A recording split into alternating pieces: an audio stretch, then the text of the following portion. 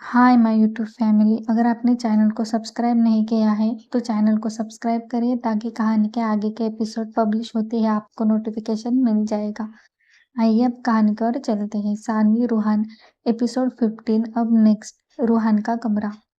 रूहान सानवी को लेकर कमरे में आ गया था। शाम हो गई थी, सानवी को नींद भी आ रही थी, लेकिन इस वक्त अगर वो सो गई तो उसे रात को नींद नहीं आएगी, इसलिए वो चुपचाप जाकर सोफे पर बैठ गई। वही रूहान जाकर फ्रेश हो गया था। तब तक सानवी बड़े से टीवी पर मूवी लगाकर बैठी हुई थी। कौन सी मूवी चल रही थी ये तो उसे नहीं पता था, लेकिन कुछ कॉमेडी सीन चल रही थी, इसलिए वो बैठकर हंस हंस कर सब कुछ देख रही थी। तभी रूहान वॉशरूम से बाहर आया। सानवी को हंसता हुआ देखकर उसकी नजर भी टीवी पर चली गई। उसने अपना सर हिला दिया और वो जाकर आराम से सानवी के पास बैठ गया और फिर अपना सर उसके गोद में रखकर वो भी टीवी देखने लगा। तभी उस पर कुछ बोल्ड सीन आ गए, जिसे देख सानवी ने जल्दी से चैनल चेंज कर दिया। लेकिन रूहान जो वहां पर बैठा हुआ था, उस सीन देखकर उसने फिर से उसके हाथ से रिमोट छीन लिया और फिर से उसी मूवी को लगाकर सानवी के कमर पर अपने अंगूठे से पैटर्न बनाते हुए शरारत भरी आवाज में बोला, क्या हुआ माऊ, तुमने चैनल क्यों चेंज किया? सानवी ने रूहान को चिढ़कर देखा और कहा, राणा जी, आप जानबूझकर सब कुछ कर रहे हैं ना? आपको शर्म नहीं आती ऐसे सीन देखते हुए? रूहान ने रिमोट को साइड में रखा और फिर हल्का सा घूमकर सानवी के शर्ट को ऊपर करके उसके खुले पेट पर अपने होठ घुमाते हुए बोला, उसमें कौन सी बड़ी बात हो गई माऊ? सब कुछ तो हमने कर लिया है, इनफैक्ट इससे भी ज्यादा। यू नो ना, फिर तुम्हें ये देखकर क्यों शर्म आ रही है? सानवी ने चिढ़कर कहा, राणा जी प्लीज जानबूझकर ऐसा मत करिए आप, कहकर उसने एक आह भरी। उसका मुंह से निकला वो नशीला सुर सुनकर रूहान ने उसके कमर को कसकर पकड़ लिया और फिर उसके पेट पर अपने होठ घुमाते हुए बहुत सेडेक्टिव आवाज में बोला, क्या हो रहा है तुम्हें माऊ? रूहान की ऐसी हरकत और आवाज सुनकर सानवी का रोम रोम खड़ा हो गया। उसने अपने एक हाथ से रूहान के बाल को पकड़ लिया और फिर उसका सर पीछे करते हुए गहरी सांस लेते हुए बोली, प्लीज राणा जी। रूहान ने उसके पैंट को हाथ लगाया और फिर अपने होठ को धीरे धीरे उसके पेट से होते हुए कमर पर घुमाते हुए यहाँ वहां घुमाने लगा। उसकी हरकत से सामी की हालत एकदम से खराब हो गई और वह रूहान के सर को कसकर पकड़कर उसके चेहरे को दूर करके गहरी गहरी सांसें लेते हुए बोली, बेशरम कहीं के। और फिर वो जल्दी से सोफे से खड़ी हो गई। उसकी हरकत देख रूहान ने उसके हाथ को कसकर पकड़ लिया और खींच लिया और फिर गहरी सांस लेकर उसे अपने पास सोफे पर ही लेटाते हुए बोला, अच्छा ठीक है, चलो छोड़ रहा हूँ तुम्हें, और बताओ कॉलेज में सब कुछ ठीक ठाक है ना? कोई परेशानी तो नहीं हो रही है ना तुम्हें? रूहान की बात सुनकर सानवी ने उसे देखा और फिर अचानक से उसे कुछ याद आ गया और वो बोली, नहीं सब कुछ परफेक्ट है, लेकिन राणा जी पढ़ाई का प्रेशर बहुत ज्यादा है, इसलिए सोच रही थी कि कोचिंग ले लूं। यहाँ कॉलेज के पास से एक कोचिंग सेंटर है, वहां पर बहुत अच्छी कोचिंग दी जाती है, आप कहे तो। रूहान ने उसे देखा फिर कहा, क्या जरूरत है तुम्हें कोचिंग की माऊ? मैं तो कह रहा हूँ छोड़ दो ये पढ़ाई, क्या करना है तुम्हें इतना ज्यादा पढ़कर? रूहान की बात सुनकर सानवी की आंखें नम हो गई और वो उसे देखते हुए बोली, प्लीज राणा जी, ये आखिरी साल है, फिर मैं आपको मेरी पढ़ाई का खर्चा बिल्कुल भी उठाने नहीं दूंगी, बस इस साल को कंप्लीट करने दीजिए। सानवी की ऐसी आवाज सुनकर रूहान को बुरा लगा। सभी खुशियां देना चाहता था वो उसे, पर उतनी ही जितनी वो देना चाहे। उसने गहरी सांस लेते हुए कहा, अच्छा ठीक है, ब्राउन से कह दूंगा, वो सब कुछ कर लेगा, लेकिन लेकिन अगर तुम्हें कोचिंग जाना है तो तुम्हें उसकी फीस मुझे अलग से देनी पड़ेगी। रोहन की बात सुनकर सानू ने उसकी तरफ देखते हुए कहा, अच्छा तो आप मुझसे फीस भी लेंगे? ठीक है, जैसे मैं कमाने लग जाऊंगी आपको आपकी फीस मिल जाएगी। रूहान उसके रूहान ने उसकी बात सुनी और उस अपने आंखें छोटी करके वो तुरंत सोफे पर पलट गया और सानू के ऊपर आकर बोला, वो नहीं, मुझे मेरी वाली फीस चाहिए। सानवी ने उस हौसी भेड़िए को देखा और मुंह का पाउट करके बोली, किसी चाहिए ना, दे दूंगी। उसकी बात सुनकर रूहा ने उसे घूर कर देखा और फिर अपने होठों पर तिरछी मुस्कुराहट लाते हुए बोला, नहीं किट्टू, इस बार मुझे किस नहीं चाहिए। वैसे भी तुम पहले से ही बहुत ज्यादा अनरोमांटिक हो, ऐसे में सिर्फ किस में काम नहीं चलने वाला। रूहा ने जैसे ही सानवी को अनरोमांटिक कहा, उसने अपनी आंखें छोटी की और कहा, आप मुझे अनरोमांटिक कैसे सकते हैं? आपको क्या पता हमने कितनी कितनी ज्यादा रोमांटिक मूवीज देखी है। मुझे सब कुछ पता है। सानू की बात सुनकर रूहा ने उसे और उकसाते हुए कहा, अच्छा बताओ जरा करके तुम्हें क्या क्या आता है। सानवी ने मुंह बिगाड़ते हुए उस चालाक भेड़िए को देखा। मैं क्यों करके बताऊं, बस आता है तो आता है। रूहा ने अपना सर ना में हिलाते हुए कहा, हर बार सब कुछ मैं ही करता हूँ। मैं चाहता हूँ कि इस बार तुम कुछ करो। खाना खाने के बाद देखता हूँ तुम्हें कोचिंग जाने में कितना ज्यादा इंटरेस्ट है। अगर तुम मुझे खुश कर पाई तो तुम्हें कोचिंग जाने दूंगा। अब तुम ही सोच लो तुम्हें क्या करना है। कोचिंग जाना है तो मुझे खुश करना पड़ेगा, अगर नहीं कर पाई तो तुम्हारा कोचिंग कैंसिल। उसके ऐसे कहते ही सानी ने गुस्से से उसके गर्दन पर अपने हाथ डाल दिए और उसके चेहरे को नीचे करके उसके आंखों में आंखें डालते हुए चीढ़ कर बोली, ओह मिस्टर राणा जी, आप अपनी बीवी को हल्के में मत लीजिए। आपको नहीं पता आपकी बीवी कितनी ज्यादा आग है। रोहन वैसे उसके आंखों में देखते हुए उसे टशन भरा लुक देते हुए बोला, तो लगा कर दिखा, जब लगेगी आग तभी तो आएगा मजा। पर इस रूहान सिंह राणा को चिंगारी बिल्कुल नहीं चाहिए माऊ, मुझे तो पूरी तबाही चाहिए, तबाही। उसके ऐसा कहते ही सानवी ने अपना सर हाँ में हिलाया और बोली, आप बस देखते जाइए, आज ना आपके होश उड़ा दिए तो मेरा नाम भी सानवी रोहन सिंह राणा नहीं है। सानवी का ये रूप देखकर रोहन को बड़ा मजा आ रहा था। अपनी बोरिंग जिंदगी को मजेदार बनाना चाहता था, लेकिन उसमें उसकी बीवी का तो पूरा साथ होना चाहिए। रोहन भी उसके ऊपर से उठते हुए बोला, देखता हूँ कैसे आग लगाती हो तुम। सानवी भी उठकर बैठ गई और बोली, देखते जाइए क्या करती हूँ। उसने अपने बालों को झटका दिया तो रूहान ने अपना सर हिलाते हुए कहा, अच्छा ठीक है, अपना काम कर लो, मुझे भी कुछ मीटिंग्स अटेंड करनी है, क्योंकि पूरी रात तो तुम्हारे साथ गुजारनी है, एकदम सेक्सी नाइट। कहकर रूहान ने अपनी एक आंख दबा दी और फिर अपने एक हाथ से उसके थाई को मसल दिया और फिर उठकर जाने लगा। रूहान के हरकत से सानिया का दिल एकदम से धक धक करने लगा और वो सोचने लगी कि वो रूहान को कैसे तड़पाए। रूहान को जाते हुए देखकर सानवी ने जोर से बोली, छोरा, चुराना मेरा जिया, छोरा, चुराना मेरा जिया, लगेगी आज आग लगेगी, देखना तुम कैसे आग लगेगी। सानवी का ऐसा बर्ताव रूहान को गर्म कर रहा था। उसने अपने बालों में हाथ घुमाया और फिर उसकी तरफ अपना हाथ करके उसे बंदूक का निशान करके उसके ऊपर गोली चलाने के एक्शन किए, जिसे देख सानवी ने अपने सीने पर हाथ रखा और सोफे पर हल्का सा पीछे की तरफ जाते हुए बोली, ऐसे वैसे आग नहीं, ये बंदूक की गोली मुझे क्या घायल करेगी राणा जी। आज तो आपके ऊपर बारूद गिरने वाला है, बारूद। दिल थाम के बैठिए, क्योंकि आपके आग आने वाली बारूद कोई सीधी सादी नहीं होगी, सेक्सी और हॉटनेस से भरा हुआ बड़ा पैकेट आने वाला है। उसकी बात सुनकर रोहन के चेहरे पर नशे भरी मुस्कान आ गई और वह दरवाजे से पीछे से ही पलटकर उसकी तरफ आते हुए बोला, मुझे रहा नहीं जा रहा है माऊ, उड़ा दो बारूद अभी।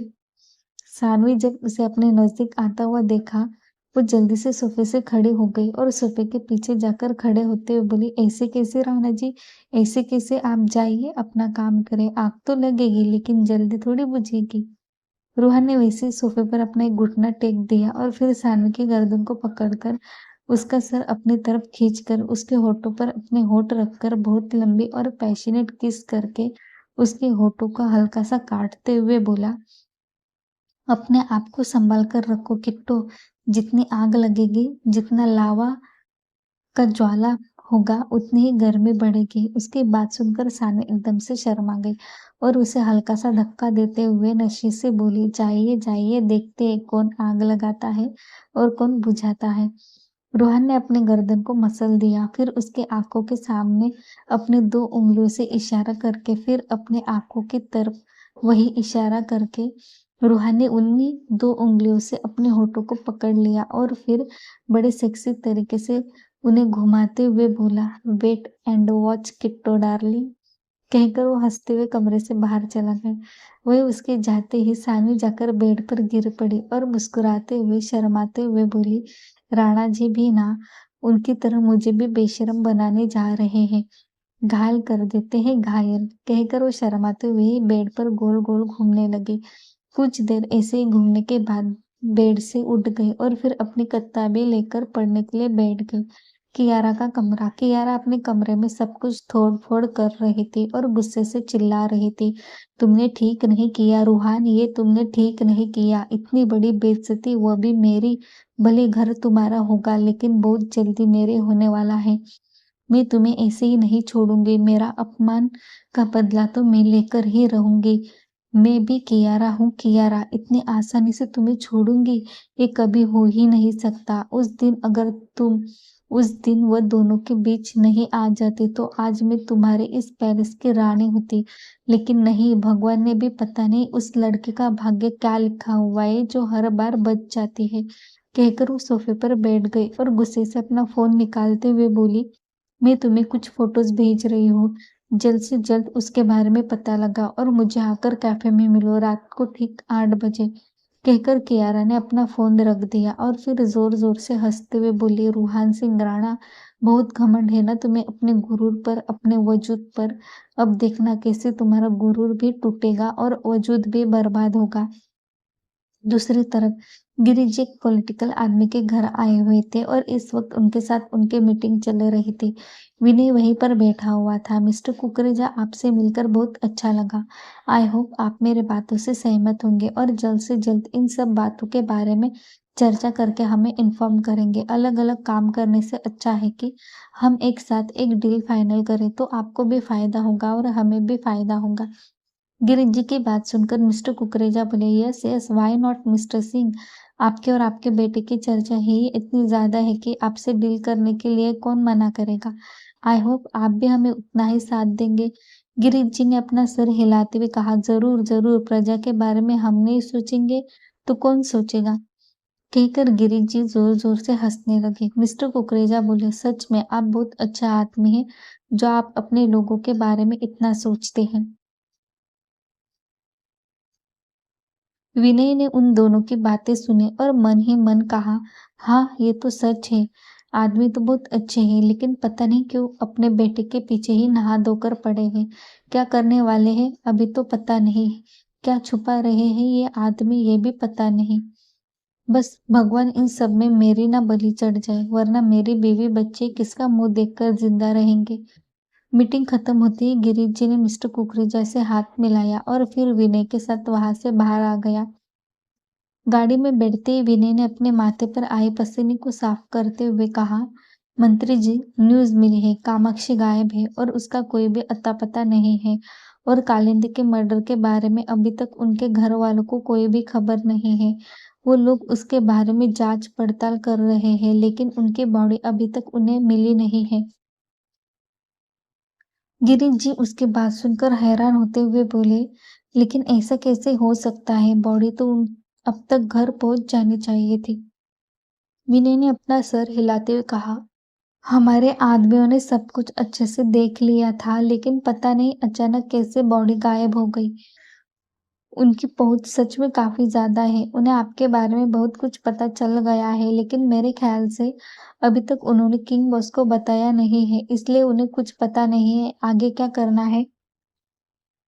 विनय की बात सुनकर गिरीश जी ने अपने माथे पर 2 उंगलियां रखी और उसने अपने माथे को रब करते हुए गहरी सांस लेकर बोले, "क्यों वीर क्यों?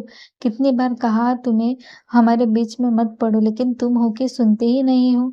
क्यों अपनी जान से खेल रहे हो? मेरे बीच में आकर अपनी जिंदगी बर्बाद मत करो क्योंकि ये बर्बादी का खेल तुम्हें दिख रहा है उतना आसान नहीं है। बर्बादी तो तय है, अब किसके और कैसे ये तो सिर्फ और सिर्फ मैं तय करूंगा।" कहकर उनके चेहरे पर बहुत ही खतरनाक मुस्कान आ गई और उन्होंने विनय की तरफ देखते हुए कुछ कहा जिसे सुनकर विनय की आंखें एकदम से हैरानी से बड़ी बड़ी हो गई। तो गिरीश जी उन्हें आंखें दिखाते हुए बोली, जितना कहा है उतना हो जाना चाहिए, वरना उसकी जगह तुम होंगे।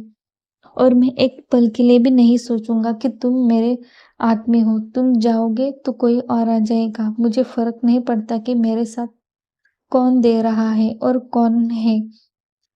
मुझे सिर्फ और सिर्फ मेरे काम से मतलब है। कहकर वो सामने देखने लगे तो विनय ने जल्दी से गाड़ी स्टार्ट कर दी और वहां से जाते हुए किसी को फोन कर दिया। RSR पैलेस, शाम 7:30 बजे। इस वक्त सब लोग डाइनिंग टेबल पर मौजूद थे, सिवाय वीरेन और कबीर के। सानवी अभी भी नाइट ड्रेस में थी। उसने बिल्कुल भी चेंज नहीं किया था, जिसे देखकर दुर्गा देवी ने फिर से ताना मारते हुए कहा, देखो इस छोरी को कितनी बार बताया, बड़ों के सामने ऐसे नहीं घूमते। फिर भी ये यही टूटा फूटा कपड़े पहनकर सबके सामने आ जाती है। अरे शर्म करो शर्म। यहाँ तुम्हारे मायके वाले नहीं है, ससुराल वाले हैं। उनके सामने तो ठीक से रहा करो। रोहन ने गहरी सांस ली और फिर अपने गर्दन को बहुत ही डरावने तरीके से मसलने लगा।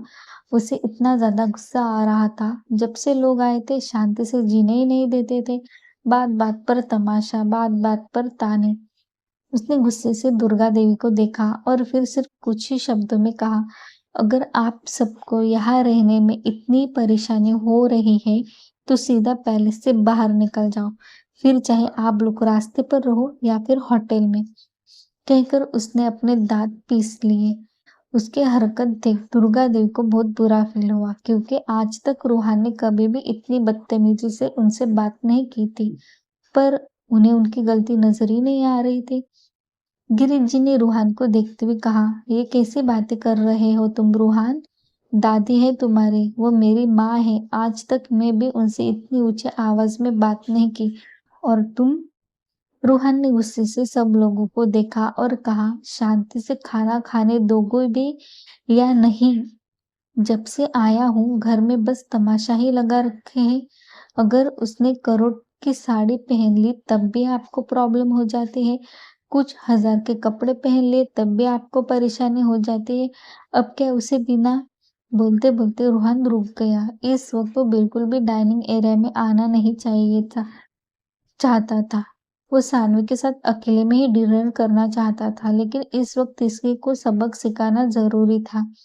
इसलिए वो डाइनिंग टेबल पर बैठा हुआ था, वरना उसका तो बिल्कुल भी मन नहीं था इन सब के बीच जाकर फिर से अपने बीवी का अपमान होते हुए देखना।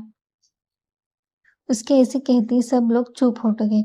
समीरा जो बाद में आई थी, उसने सबको देखते हुए ज्योति को देखते हुए धीरे से पूछा, क्या हुआ? सब लोग ऐसे क्यों बैठे हैं?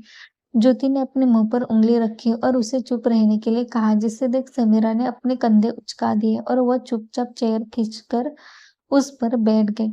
सर्वंट ने खाना परोस दिया। सानवी चुपचाप रोहन के पास बैठ गई। उसने अपने मुंह से एक लफ्ज नहीं कहा था, क्योंकि वो खुद भी अब तंग आ गई थी इन सब से। ज्योति की नजरें बार बार वीरेन को ढूंढ रही थी। पता नहीं क्यों अजीब सी उदासी थी आज उन नजरों में। उसे इसे देखकर समीरा ने अपनी नजर डाइनिंग एरिया में घुमा दी। सच में वीरेन और कबीर गायब थे, जिन्हें देखकर समीरा ने एक निवाला खाते हुए रोहन से पूछा, क्या हुआ भाई? आज वीर भाई और कबीर भाई कहीं दिख नहीं रहे हैं? उसकी बात सुनकर रूहा ने उसकी तरफ एक नजर देखा और फिर खाना खाते हुए बोला, कबीर को इमरजेंसी ऑपरेशन था, इसलिए वो आज ही आएगा। और वीरेन कुछ काम से बाहर गया है, वो खाना खाकर आएगा। कहकर उसने तिरछी नजरों से ज्योति को देखा। तभी कियारा गुस्से से फिर से अपने मुंह से हाथ से हवा करते हुए चिल्लाकर बोली, आप सब लोगों ने क्या आज मुझे तीखा खाकर मारने का इरादा बना लिया है क्या? इतना तीखा खाना कौन बनाता है? उसे इसे देखकर रूहा ने उसे एक नजर देखा और फिर अपनी दबंग आवाज में बोला, जितना भी प्लेट में सर्व किया है उतना तुम्हें अकेले खाना पड़ेगा। कियारा अब बिना खाए उठ गई तो तुम्हारे खाने पीने की और डालने की भी वांदे करूंगा। तो रूहान की बात सुनकर सब लोगों की आंखें हैरानी से बड़ी बड़ी हो गई। किसी को भी नहीं लगा था कि रूहान ने कियारा के साथ ऐसा कुछ किया होगा। वही कियारा ने गुस्से से रूहान को देखते हुए बोली, रूहान तुम क्या सर पर गिरे हो? इतना तीखा खाना मैं कैसे खा सकती हूँ? मैं मर जाऊंगी। रूहान ने अपने कंधे उचकाते हुए कहा, अगर नहीं खाना है तो तुम उठ सकती हो। आई डोंट केयर, पर इसके बाद जो होगा वो तुम्हें तीखा खाने से भी ज़्यादा तीखा लगेगा। उसकी धमकी सुनकर कियारा ने अपना थूक निगला और पानी का एक-एक ग्लास खत्म करते हुए प्लेट में रखा हुआ सभी खाना खत्म कर दिया। उसके प्लेट में इतना ज़्यादा खाना सर्व कर दिया था कि उसका कोई हिसाब नहीं था।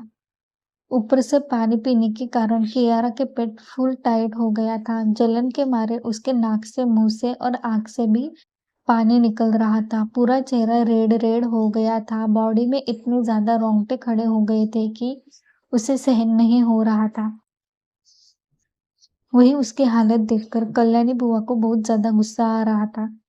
उसने गुस्से से अपने प्लेट को साइड में रखते हुए कहा, रूहान तुम ये ठीक नहीं कर रहे हो। सिर्फ इस लड़की के लिए तुम ये सब कुछ कर रहे हो। रूहान ने कल्याणी बुआ को हाथ दिखाया और कहा, बुआ मेरा दिमाग खराब मत करो। मैं जितना शांत हूँ उतना ही शांत ही अच्छा हूँ।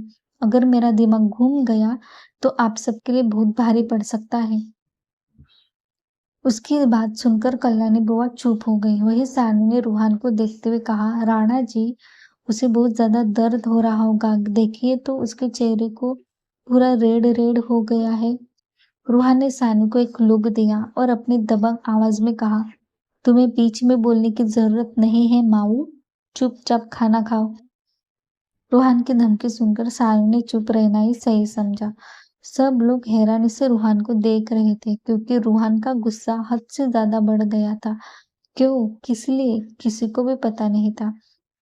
उसे इतना निर्दयी होता हुआ देखकर सब शॉक थे। कुछ देर बाद सब लोग खाना खाकर अपने अपने कमरे में चले गए। कियारा वहां से सीधा बाहर चले गई। अब रूहान की इस हरकत से कियारा के दिल में जो आग लगी थी वो इतनी जल्दी बुझने तो नहीं वाली थी, इसलिए वो गुस्से से पहले से बाहर चली गई थी। गिरिजा जी का कमरा। गिरिजा जी इस वक्त बेड पर लेटी हुई थी और रूहान के इस बिहेवियर के बारे में सोच रही थी, क्योंकि आज तक रूहान कभी भी इतना ज्यादा हाइपर नहीं हुआ था। वो सब लोगों के साथ सॉफ्टली ही बिहेव करता था, फिर चाहे वो दादा दादी हो या फिर घर के कोई भी सदस्य। भले दादी को दुर्गा देवी कहकर बुलाता था, लेकिन उनकी बहुत ज्यादा इज्जत करता था। फिर अचानक से उसे क्या हो गया जो वो ऐसा बदला हुआ बिहेव कर रहा है। कहीं सच में सानवी के आने से वो इतना ज्यादा बदल गया है। गिरिजा जी अपनी ही सोच में गुम थी कि तभी गिरिज जी ने उन्हें अपने पास खींचते हुए कहा, क्या हुआ गिरिजा, तुम किस बारे में इतना ज्यादा सोच रही हो, ठीक तो हो ना? गिरिजा जी ने गिरीश जी को देखा और फिर उनके हाथ को पकड़ते हुए अपनी चिंता भरी आवाज में बोली, मुझे आप सच सच बताइए, क्या सानू अच्छी लड़की है या बुरी है? गिरीश जी ने अपना सर हिला दिया। गिरिजा जी के दिमाग में क्या चल रहा है ये गिरीश जी समझ गए थे। उन्होंने उनके कंधे को सहलाते हुए कहा, वो बहुत अच्छी लड़की है। उसे मैं बचपन से देखता आ रहा हूँ गिरिजा, इसलिए मुझे पता है, मेरे कंधों पर बैठकर घूमी है वो। उसके नस नस से वाकिफ हूँ मैं। और रूहान का बदला हुआ व्यवहार तुम कह रही हो तो इसमें मैंने सबके सामने नहीं कहा, लेकिन दादी और माँ गलत है। दीदी और माँ गलत है, बार बार ऐसे बच्चों को टोकना नहीं चाहिए। उसके माँ बाप नहीं है, अगर हम उसे माँ बाप का प्यार दे तो क्या गलत बात है? अगर अपने ही बेटे अपने ही घर में पराई होकर रहेगी तो फिर हमारा घर में बेटी लाने का क्या फायदा? फिर तो इस घर में बहू ही बनकर रह गई ना। हम कभी भी समूह को किस बात के लिए टोकते हैं? उसे जो पहनना होता है, उसे जो करना होता है, हम उसे सब कुछ करने देते हैं। फिर अगर हमने सानू को अपनी बेटी की जगह रखा है तो उसे हम क्यों बहू की उम्मीद लगाए? और रही बात कियारा की, तो वो उसकी गलती है, वो खुद छोड़कर गई थी रूहान को। और अब शादी होने के बाद रूहान को पाने की कोशिश करेगी तो कैसे पॉसिबल है? एक बार हीरा हाथ लग जाए तो उसे छोड़ना नहीं चाहिए। गिरिज जी की बात सुनकर गिरिजा जी उन्हें एकटक देखते हुए बोली, आप सच कह रहे हैं। मैं खामखा रूहान के इस बदले हुए व्यवहार को सोचकर परेशान हो गए थे कि कहीं सानू के कारण तो ये सब कुछ नहीं हो रहा है, लेकिन वो सच में बहुत क्यूट है। फिर भी पता नहीं क्यों मासा उससे ऐसा बिहेव कर रही है। मेरे साथ तो उन्होंने कभी भी ऐसा बिहेव नहीं किया। गिरिज जी ने उन्हें बेड पर लेटाते हुए कहा, छोड़ दो उन्हें, तुम मेरे ऊपर ध्यान दो, वैसे भी कल हम बेंगलोर वापस लौट रहे हैं, मेरी मीटिंग है। गिरिजा जी ने शर्मा कर कहा, आप भी ना जी, अब बच्चे बड़े हो गए हैं। गिरिजा उनके ऊपर झुकते हुए बोली, बच्चे बड़े हो गए हैं तो क्या अब हम अपना प्यार भी ना जताएं? वो तो मजे से अपनी बीवी के साथ होगा और तुम हो कि मुझसे दूर जा रही हो।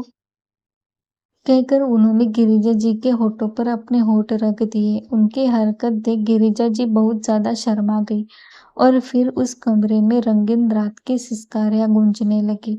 नोवा इस वक्त अपने काम से वापस लौट रही थी। वह आज पूरा दिन बहुत ज्यादा बिजी थी, इसलिए ना तो कबीर से मिलने गई थी और ना ही उसे ठीक से बात हुई थी, क्योंकि कबीर भी अपने हॉस्पिटल में बहुत ज्यादा बिजी था, इसलिए ठीक से भी उन दोनों की बात नहीं हुई थी। रात गहरी होती जा रही थी और सुनसान सड़क पर अपनी गाड़ी को भगाते हुए नोवा घर की तरफ जा रही थी। तभी रास्ते में कुछ लोगों ने उसकी गाड़ी को रोक दिया। जैसे ही नोवा ने गाड़ी को ब्रेक लगाया और वो बहुत ज्यादा घबरा गई। उसने अपने फोन को देखा जो बंद हो गया था। उसने जो डेड हो गया था। उसने जल्दी से गाड़ी में फोन चार्जर पर लगा दिया। फिर भी उसने हिम्मत करके कबीर को कॉल लगाया, लेकिन कबीर हॉस्पिटल में ऑपरेशन थिएटर में था, इसलिए वो फोन रिसीव नहीं कर पाया। कबीर को फोन रिसीव ना करता हुआ देखकर नोवन बहुत ज्यादा पैनिक हो गई, क्योंकि वह अकेली थी और उसे जिन गाड़ियों ने रोका था वो एक दो नहीं 10 से 15 गाड़ियां थी। ऐसे में उसका डर जाना तो लाजमी था। वो वैसे ही गाड़ी में बैठी रही। बाहर निकलने की तो उसकी हिम्मत ही नहीं हो रही थी। ना आगे बढ़ पा रही थी, ना पीछे जा पा रही थी, क्योंकि उसे चारों तरफ से घेरा गया था।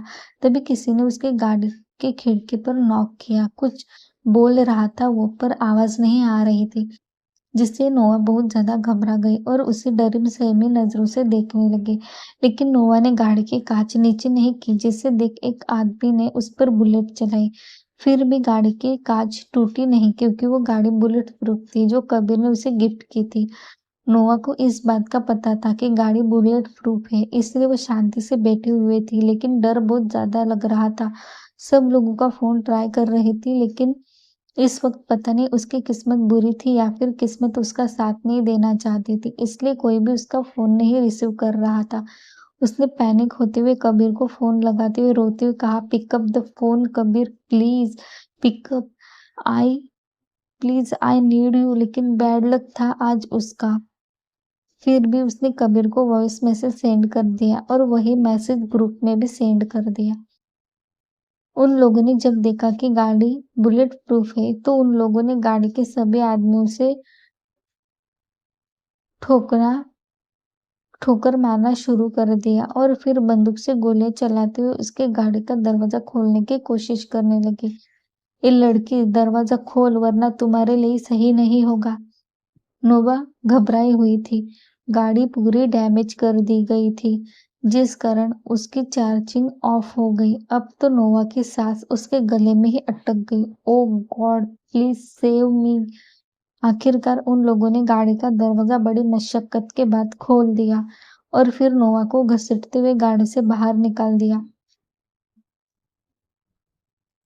नोवा ने चिल्लाते हुए कहा, प्लीज छोड़ो मुझे, कौन हो आप सब लोग, मुझे कहाँ लेकर जा रहे हो, प्लीज छोड़ो मुझे।